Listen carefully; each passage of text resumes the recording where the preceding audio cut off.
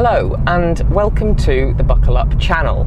Today I am driving a car that has a little bit of an image problem. Now that is because the stereotypical owner of this car typically spends a lot of their time in it bothering the pupils of secondary schools or annoying the patrons spending time in McDonald's car parks. I am of course talking about the humble Vauxhall Corsa. My name's Jasper, you're watching Buckle Up. I don't do either of those things and this is my car.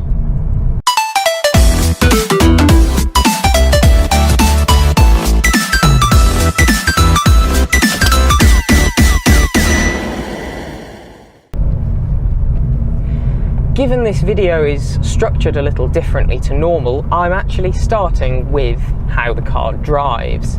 And I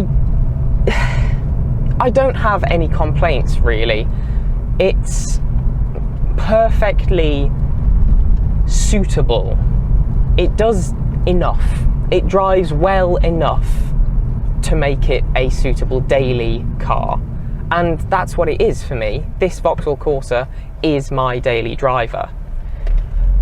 My smart roadster is very much not the kind of car I would be comfortable dailying, and it isn't really practical enough for me to do so. As a result, this is and has been my daily driver since I bought the car in 2019. I bought this car while I was completing a placement year, and as a result I have commuted in it, and then I have done the final 2 years of my degree. So given I'm not a 17-year-old just passed the test, I'm not really the stereotypical type of owner of the car, but I'm not a million miles away from them in terms of age. The engine in this car is a 1.4 turbocharged petrol. It's 4 cylinders and it produces 99 brake horsepower. The crucial figure for this though is the 200 Newton meters of torque it produces from about 1800 RPM. Now those are not figures that will blow your socks off, but for a car that is essentially a slightly mature city car, it is perfectly acceptable. Now this Corsa is a 64 plate model, which means it was built at the tail end of 2014. This was actually registered initially in January 2015, and that makes it really one of the first 5th generation or Corsa E's, confusingly not the same as the latest Corsa E, the electric model. That makes it one of the first 5th generation Corsas that will have been built. Over the lifespan of the Corsa E, it was offered with a range of petrol and 1 diesel engines. The petrol range started with a 3-pot 1 litre petrol with a turbo. You could also get a 1.2 and 1.4 normally aspirated engine, and this 1.4 turbocharged unit.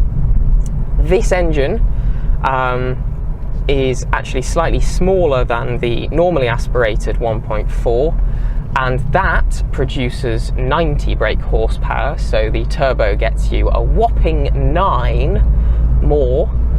But it does come with a substantial heap more torque, which is what makes driving this far better than the normally aspirated models.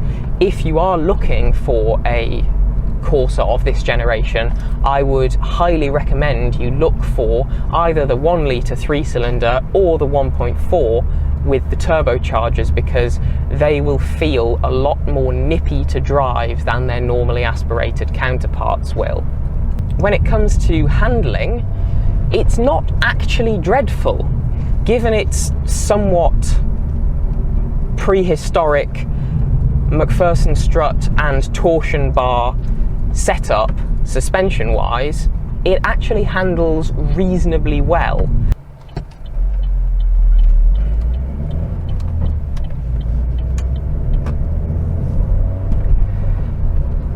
When it comes to driving, this car is actually surprisingly competent.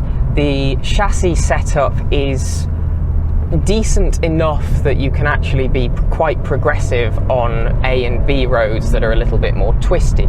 And with the turbocharged 1.4 engine, you can make relatively decent progress for the power output of the car. Now, the steering setup is it's all right. There's not a great deal of feedback from the road through to your hands, but the steering is relatively weighty, and the amount of movement you get on turn-in is okay. It's definitely far better than the Corsa F's steering and driving experience. It's a lot sharper than that was. The gearbox in the turbocharged models is a 6-speed, and the normally aspirated models get a 5-speed. The throw is the throw of the gearbox is short enough, but there's quite a bit of slop in the mechanism when changing. It's not the best shift mechanism I've ever used, but it's definitely not the worst. Again, the Corsa F was substantially more loose than this. The pedal placement is pretty decent. I'd say they're a good distance apart, and actually you can blip the throttle quite nicely with your foot just off the edge of the brake pedal, so it means that you can actually kind of heel and toe, although the engine isn't especially eager to gain revs, so you kind of have to blip more in advance than you would hope you'd have to. But the engine actually has a decent amount of poke if you put your foot down. The interior of the car, when you are driving, especially at high speeds on the motorway, is actually surprisingly quiet. For the size and initial price point of the car, after all it is a super mini, it's remarkably well composed and well insulated from the outside world. That was one of the main things that I noticed when I bought this car. The engine doesn't sound great if you really kind of rev it out. It's one that if you put your foot down, it's almost like it's going, oh, do I have to? Do I really have to?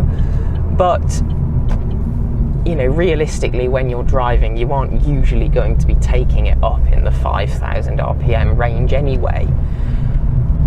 This engine and the map on it performs best between about 1,800 and 4,000 RPM anyway. This 1.4 engine was available in a state of tune that had 150 brake horsepower, which was, I believe, the black or red edition. But that obviously comes with it higher running costs because the fuel consumption would have been higher, and slightly higher insurance premiums as well. In terms of the point which will satisfy most drivers, I'd say the 100 horsepower variant of the engine is definitely the one to go for. It's economical enough. It's not great, don't get me wrong. In mixed driving, I get high 30s to low 40s miles per gallon, which isn't dreadful, but again, it could be substantially better.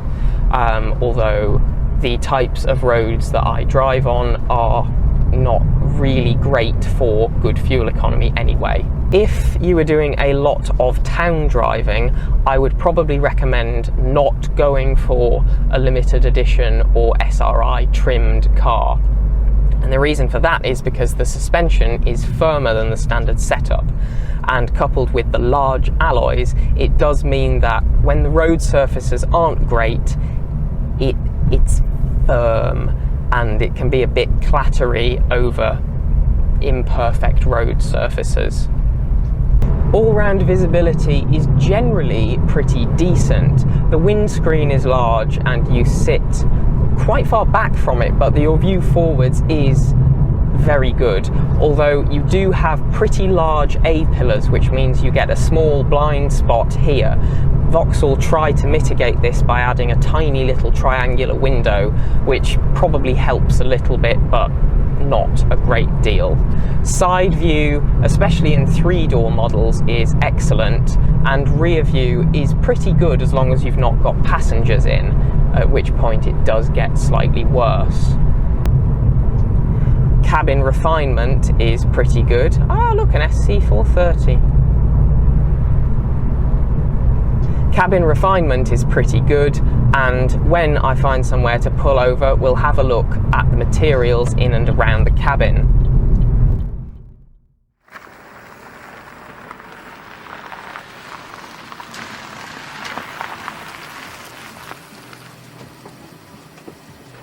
Now, as I alluded to while driving, the materials in the cabin are actually not too bad at all.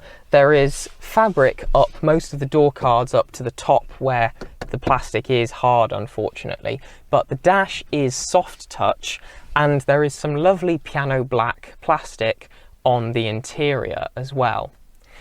This model has a leather steering wheel and leather gear knob and cloth seats.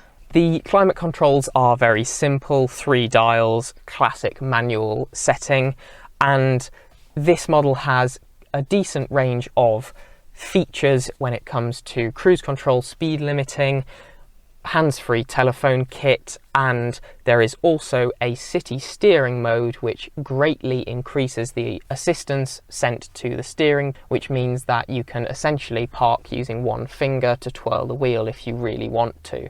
When it comes to storage within the cabin, there is a reasonable amount. There are 2 cup holders by the climate controls here, which are next to useless because they are far too small to actually fit anything in, but you do get 2 decent sized cup holders between the seats, and you can actually fit a bottle in the door bins as well.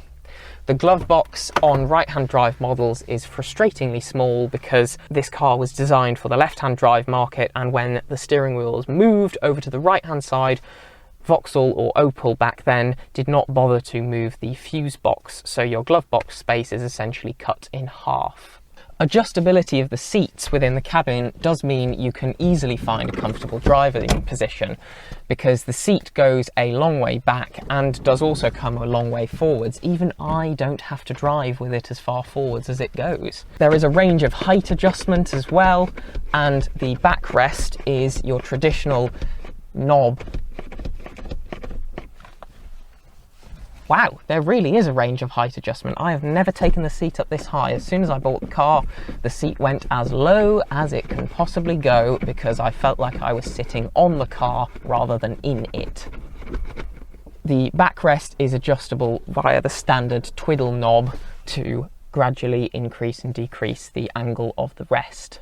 All of the places within the interior that you regularly put your hands generally are pretty good materials, and as a result the car does not feel that cheap to live with on a daily basis. The control layout is very standard, with a dial down to the right for your headlight controls and your indicators and wiper stalks doing what they do in just about every other car.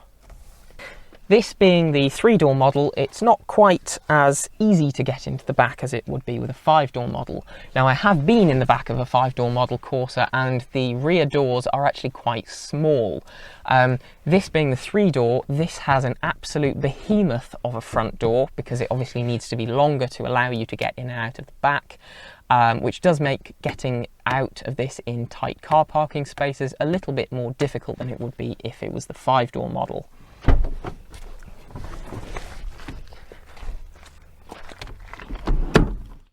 The back seats of this car are actually pretty easy to access because the door opens a large amount and there is a single lever which allows you to tilt the backrest and move the front chair forwards as far as it goes in one motion. It is also a positive that there is a mechanism which remembers the position the seat was in before it was moved, meaning the driver doesn't suddenly find themselves against the steering wheel if somebody has got into the back and moved their chair. The back is actually surprisingly spacious, and because there is a light roof lining, it doesn't feel very claustrophobic back here at all. There are not many features, but it does the job and does allow you to transport passengers in the rear. Even the middle seat is not too uncomfortable for short journeys. There is an armrest and a cup holder on either side of the rear seats, but that is about it. Very sparse back here. But then again, it's a super mini. You're not going to be expecting a load of charging ports and climate vents anyway. Comfort-wise, the seats are pretty decent. I've not had any complaints about, well, any of the seats in this car actually, in all of the long journeys I've done in it. And admittedly this seat is in my driving position, but I have had my dad sitting behind me who is quite a bit taller than I am, and he hadn't got any complaints about the leg or headroom really. If you sit up straight, you do find yourself, even at my height, quite close to the ceiling, because the 3-door model does have a slightly sloped roofline towards the back of the car. Both of the outside seats in the back have ISOFIX points, which are very easy to access with just a simple plastic cover flipping up. Now I'll get out and we'll have a look around the exterior of the car and in the boot. And unfortunately that means I'll be covering up my fantastic buckle up merchandise. We'd really appreciate it if you checked out our spread shop and maybe while you're there buy some of our merch. I'm going to start at the back with the boot, which for the size of car is actually a reasonable size. You can get a couple of the large supermarket bags in, and I've not had any trouble fitting a weekly kind of shop in here, and actually moving to and from university this car has been large enough. I've actually managed to get a double bed in the back of it, not to brag or anything. Now this car has a removable boot floor and parcel shelf, both of which I believe were options when the car was new. A further optional extra, which this car does not have, was split folding rear seats. If you wanted the seats to be able to fold in a 60/40 configuration, you had to tick it as an optional extra. This just has a bench, so it's all or nothing when it comes to rear passengers for me. If I close the boot, you can see the slightly swoopy rear tailgate, and this was on the car when I bought it. I'm pretty sure it was a dealer installed feature, not really an option, because whoever did it did a very shoddy job, and they actually covered the A of the Corsa very slightly on the end. It's something that I've wanted to take off since I bought the car, but I'm pretty sure this had been on since it was new, and as a result I'd then have some very uneven paint striping down the boot of the car, so I kind of just went, I'll leave it. I don't particularly like it, but I'll leave it. The rear lights are quite a nice shape. The indicators are quite small, and these are the brake and side lights. There is a single reversing light and a fog light on this side. Working our way around the car, from this angle you can see the slightly sloped roofline of the 3-door model. The 5-door model has obviously rear doors, and the roof continues at more of the same height for longer, with the rear glass being at a more vertical angle than here on the 3-door model. The side profile of this car I do actually quite like. I think Vauxhall took what was becoming quite an old design with the Corsa D and gave it a nice modern refresh despite actually very little changing. From this angle you can also see the 17-inch alloy wheels, which when clean do actually have a very nice shine to them in this black paintwork. I mentioned earlier that this model is the limited edition one, which means you get this lovely badge down here, as well as side skirts, a slightly different splitter at the rear, as well as this bigger wing and some kind of splitter things at the front. It's all show and no actual performance though, but I guess that does mean insurance will be cheaper because the car only looks sporty, it doesn't drive like it's sporty.